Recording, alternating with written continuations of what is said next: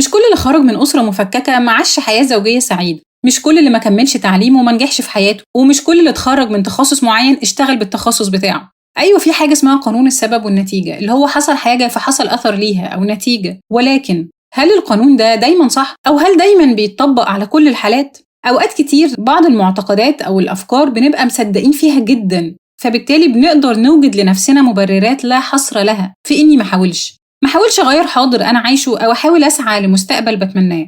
فهفضل في مكاني، مش هحاول أدور على شغل أفضل، مش هحسن في علاقاتي ولا صحتي. قانون السبب والنتيجة مش صح طول الوقت، لأنه لو كان كده فعلا كان طبيعي نلاقي كل الأشخاص اللي عاشوا نفس الظروف ونفس الماضي يبقى مستقبلهم متشابه إذا ما كانش متطابق. وطبعا ده ما بيحصلش. الحياة كده كده هتمشي، والماضي خلاص عدى بكل الصعب اللي فيه. ما تفضلش عايش مهزوم باللي حصل لك، خد منه التجارب والخبرات بتاعته وخليها تزقك لقدام، وخليك عارف إن أنت مش في إيدك حاجة غير اللحظة اللي أنت فيها دلوقتي، فعيشها صح.